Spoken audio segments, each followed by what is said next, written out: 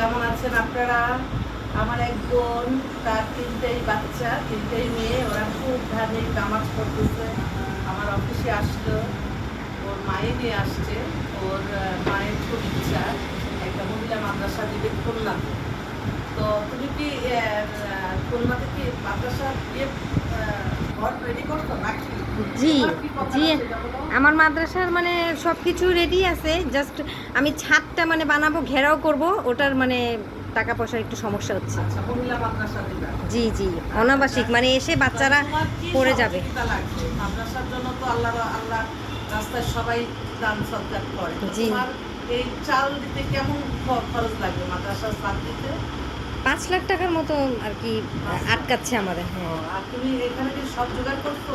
সব কিছু আছে, আমার জায়গা আছে, কিন্তু মানে আমি ঘেরাও করব যে ছোট ছোট বাচ্চারা পড়ে যাবে উপর থেকে, সেটার জন্য একটু মানে টাকা ইট টিট আহারে, লাগবে, ওরা তো সারাক্ষণ নামাজে থাকে। ইট লাগবে। কতটা সমস্যায় পড়লে দেখো।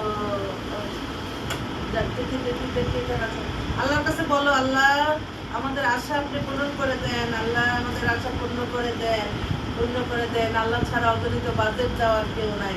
আল্লাহ ইনশাল্লাহ কবুল করবে। আল্লাহ ছোট বাচ্চাদের দিকে তাকায় অনেকেই আছেন আপনারা যারা ভালো কাজে আপনার সাহায্য সহযোগিতা করেন। এগুলি হচ্ছে আপনারা, এটা এমন একটা প্রফেশন যে আমরা মানুষের কল্যাণ করব। এবং ওর যে বাচ্চাদের মা, ওর সমস্ত কিছু বিসর্জন, ওর জীবনে একটা ইচ্ছা, একটা মহিলা মাদ্রাসা করবে। খুলনায় থাকে ওরা। দোয়া কর আপনারা যদি আম্মু। সাহায্য সহযোগিতা করতে চান করতে পারেন। আর হোয়াটসঅ্যাপ নাম্বারটা বলে দিচ্ছি, 01971860261। ওরা আজকে এখন আমার কাছে থাকবে। ওরা সবাই আপনাদের কাছে সাহায্য প্রার্থনা করছে।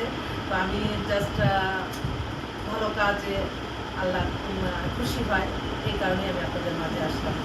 তো ঠিক আছে, ইনশাল্লাহ। আসসালামু